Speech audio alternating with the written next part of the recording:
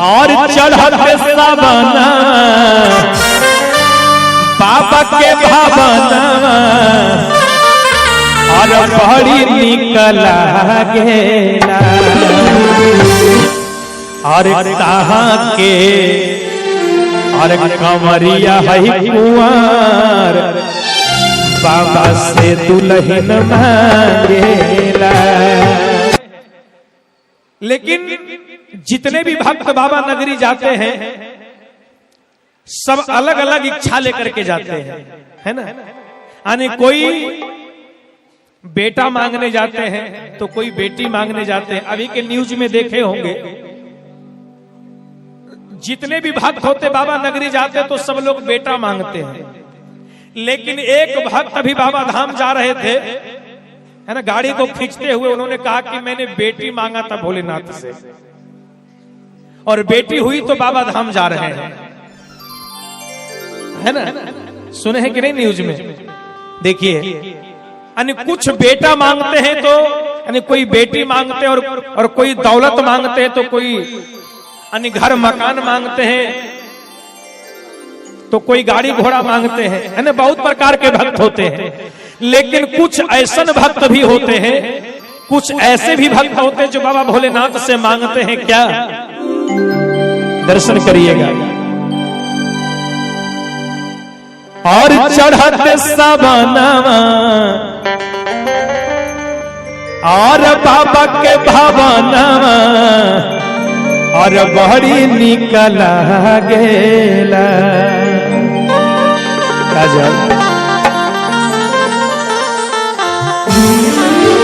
काहे बैठ के करत करू हमरा के भाई। अच्छा हवा भैया तने कूलर के ने घुमा दिए, हवा इधर लगे के चाहे। हाँ देखा, देखिए भाव देखा जाए।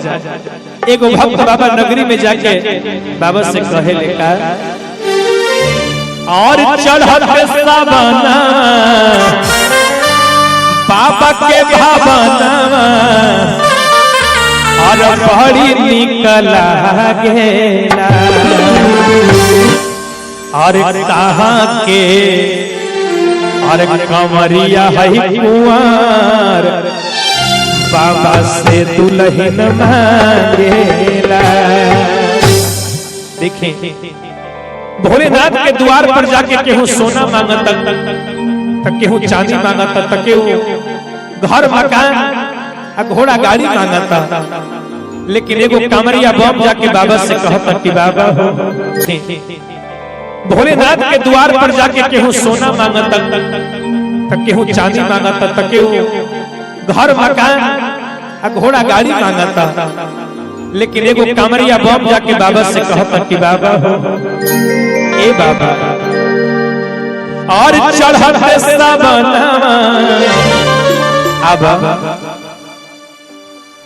तारा के भोले बाबा से कुछ नहीं मांगे के, तू कुछ मांग ला। देखिए कहता कि बाबा हो और चढ़ते सावना और बाबा के भावना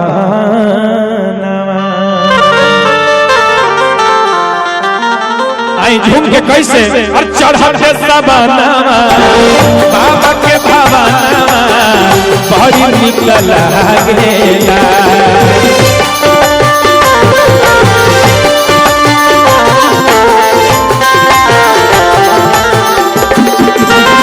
चढ़ते सावना बाबा के भावना बड़ी निकला गेला। और कहाँ के और कहाँ के कांवरिया है कुंवर बाबा से दुल्हन मांगेला।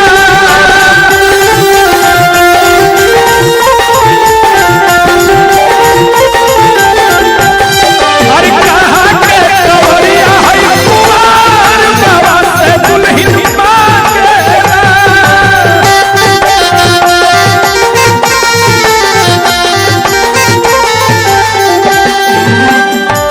लइकवा कहता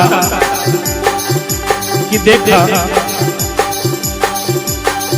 दिलावा के बतिया लिखे बेल पतिया बाबा पर जल ढारेला।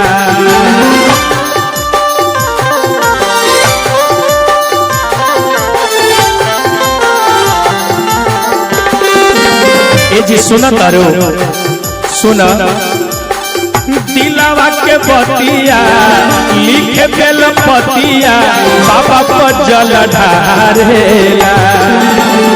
कहाँ के अरे बिहार के कंवरिया है कुंवर बाबा से दुल्हन मांगेला।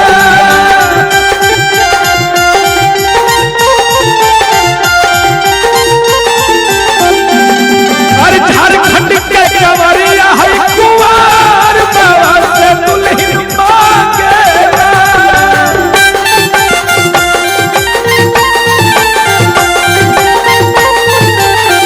हर हर महादेव।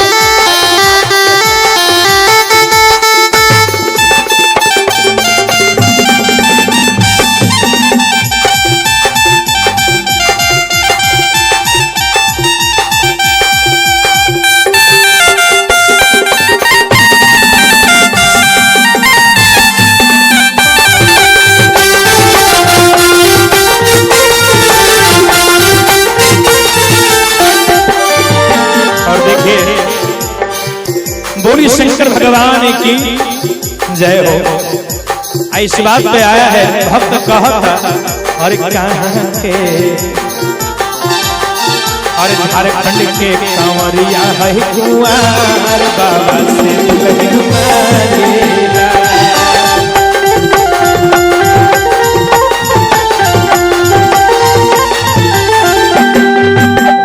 और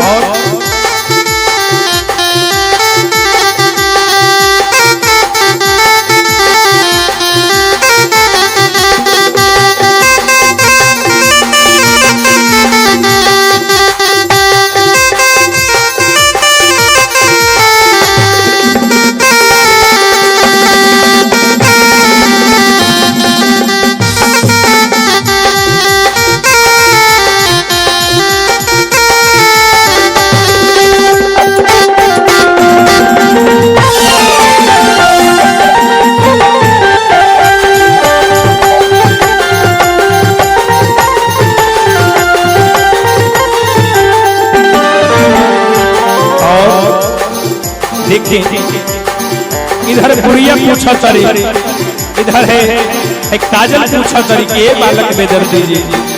एगो बात और पूछी हम कनी हम पूछा तरी ये दोनों जानी हमरा से पूछा तरीका। सुल्तानगंज से देवघर नगरिया कंवरिया जलवा ढारेला।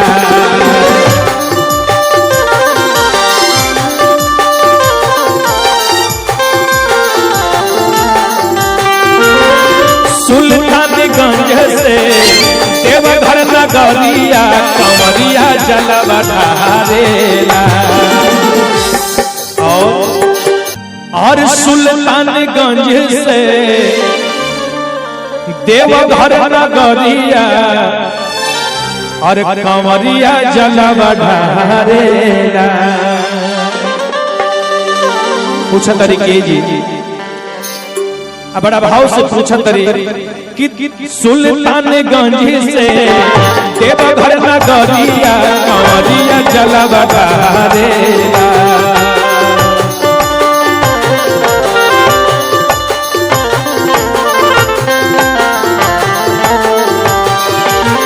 सुल्तानगंज से देवघर नगरिया कंवरिया जलवा ढारेला।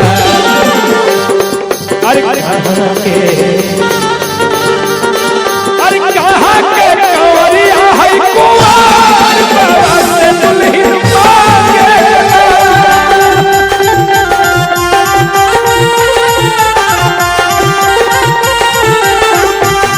अरे कहाँ के कंवरिया है कुंवर बाबा से दुल्हन मांगे।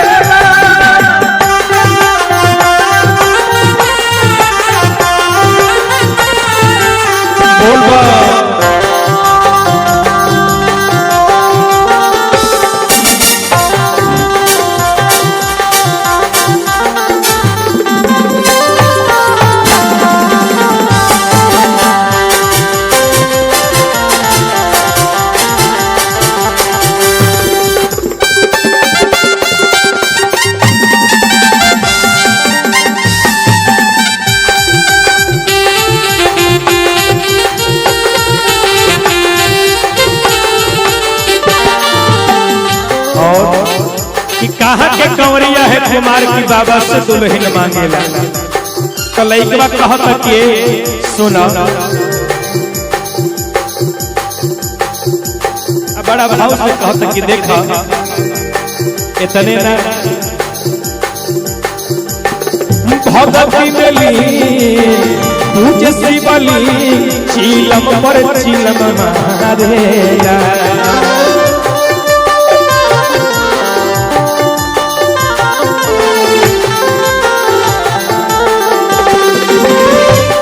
भक्ति तुझे शिवली चीलम पर चीलम मारेला। अब उधर सुना और चांद के कंवरिया है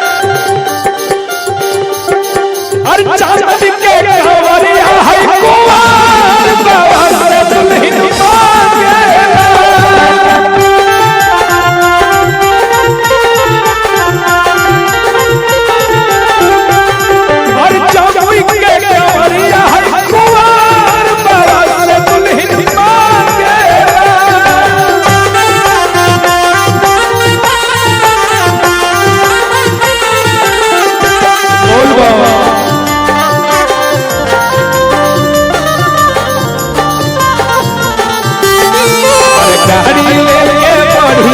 से जाई हो मुर्गा ड्राइवर सजना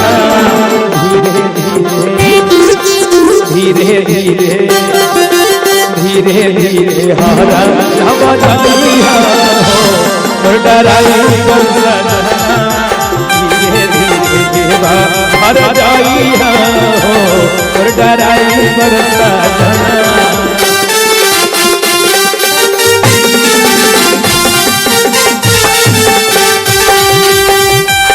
हर हर महादेव हर हर महादेव।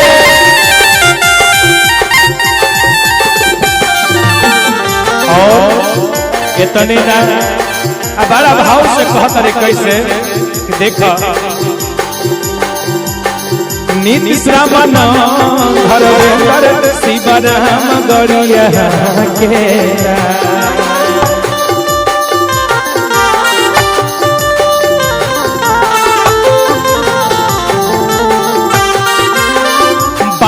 बेदरादी अंकुश सहंतो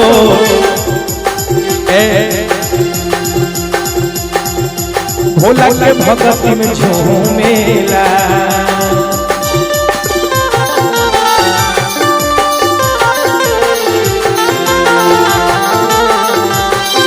और क्या पूछा तारी काजल पूछा तारी के बालक के दर्द अरे कहाँ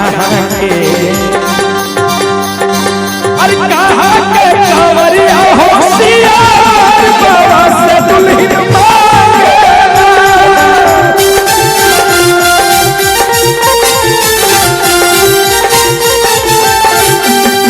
अरे कहाँ के कंवरिया होशियार बाबा से दुल्हन मांगे।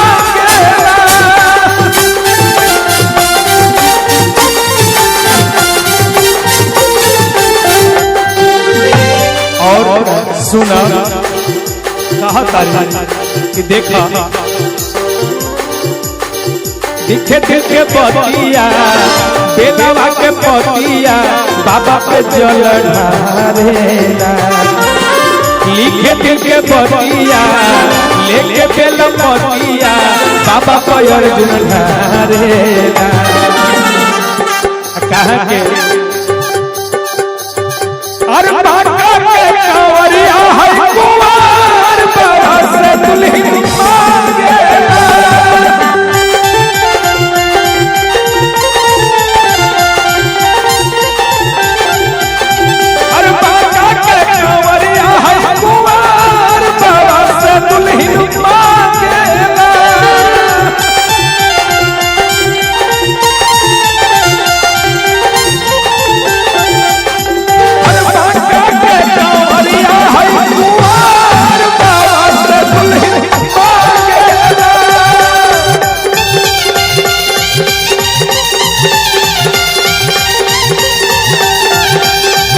बिहार के कांवरिया है कुंवर बाबा से दुल्हन मांगेला जामुई के कांवरिया है कुंवर भोला के भगत में नाचेला